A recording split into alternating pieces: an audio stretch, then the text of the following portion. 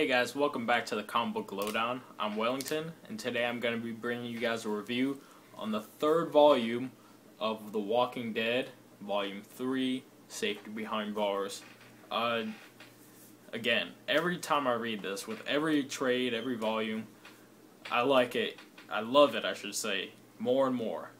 Every time I read it. I'm not even a zombie fan, so take it from me. All you non-zombie fans, I know everybody always tells you, read The Walking Dead, watch The Walking Dead, and I know you're hesitant to do it. I was, but I'm telling you, as somebody who's not that much of a zombie fan, Robert Kirkman knows what he's doing. He knows how to tell the story, and these are amazing. Read The Walking Dead. It's awesome. It's barely about zombies, but it's about zombies. But really, it's mainly about the characters that have to deal with the zombies, and the zombies act more as an obstacle for these characters. And Kirkman just has a great hold of the characters. Of course, you know, he made them, so he's gonna have a great hold of them no matter what. But anyways, this story just we left off last issue, last issue, but last trade. The whole main group, they found this penitentiary, this prison, and this is where they're going to make their home. They're finally feeling optimistic. Everything's looking up now, and all they have to do is clear out some zombies from the jail, and they have a great place to live, stocked with food, just them, until they find inside the penitentiary 4 inmates that have been living there for a while. One charged with tax evasion, I think it was. Other charged on drugs, another on armed robbery, and of course the last one on murder. And so, how would you feel if you have to now share a living space, no matter how big, with somebody who's murdered somebody? And this guy does seem like he's a genuine guy. His name is Dexter, the murderer. His name is Dexter, the big guy, but he murdered his wife and the person that she was cheating on him with. So usually when somebody does that, they're not really murderers.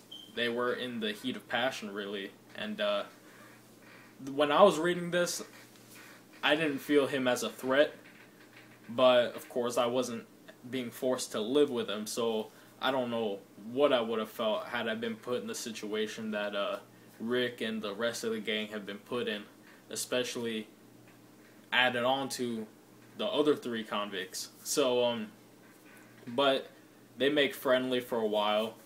They get situated and all this. You know, some tensions are they're rising, and throughout this book, tensions start to rise.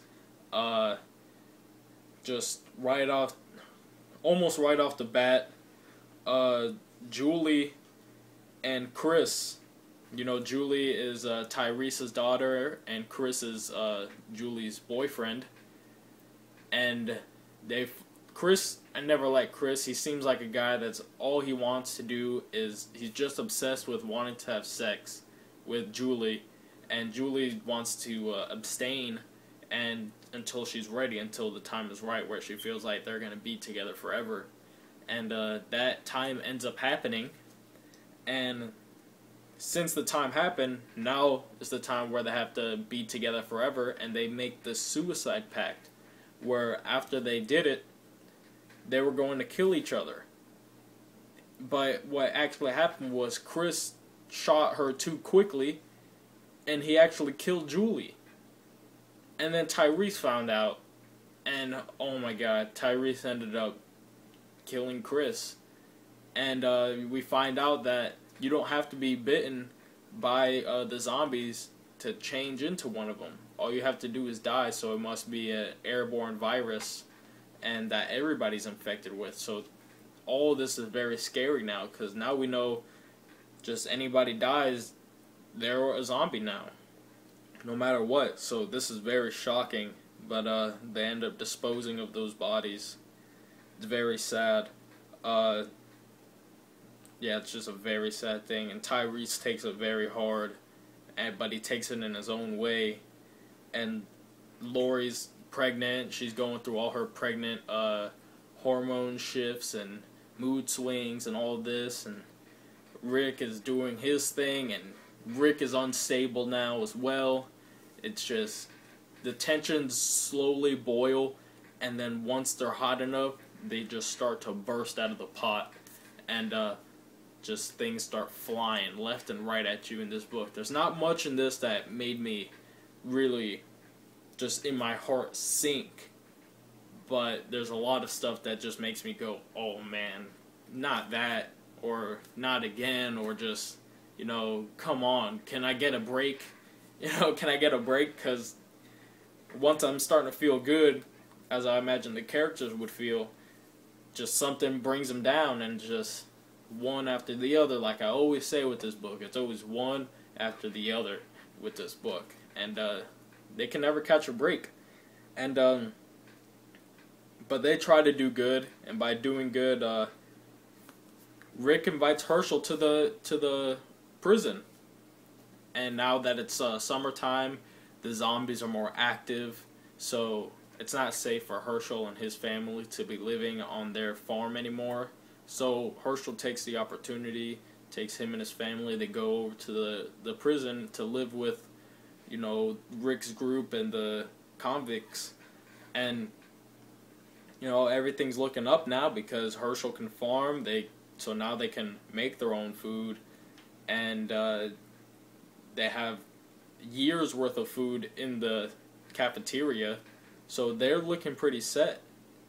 And then just tragedy strikes when Herschel loses another 2 daughters, so now he's lost 5 kids because of zombies, and because of what happens to his 2 daughters, his 2 youngest, and they're actually murdered. And so now this hunt looking for who could murder these 2 girls that were innocent, and of course everybody looks to Dexter because he's the murderer. Everybody looks at him as the murderer, so he's the only one who could have done it. Dexter says that he didn't do it, and then we find out later Dexter didn't do it. It was actually the guy that got convicted of tax evasion. His name is Thomas. And he actually cut their heads off. And we find this out because he tries to kill Andrea. And he slices her face and he slices her ear. He's trying to cut her head off. And but she gets away, and then Rick actually just beats Thomas to a pulp. To like a bloody pulp, and it's just gruesome.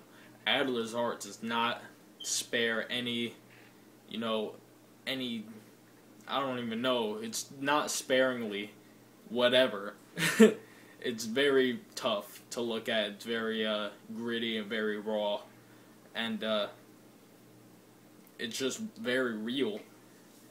But they don't kill him, and just the things that they want to do to this guy to set an example of him. They want to hang him and leave him out for everybody to see, and just not what I expect to hear from Rick and from the rest of the group, and it's just very crazy, and it's just all so much to take in, but it's all so very good. I definitely recommend this.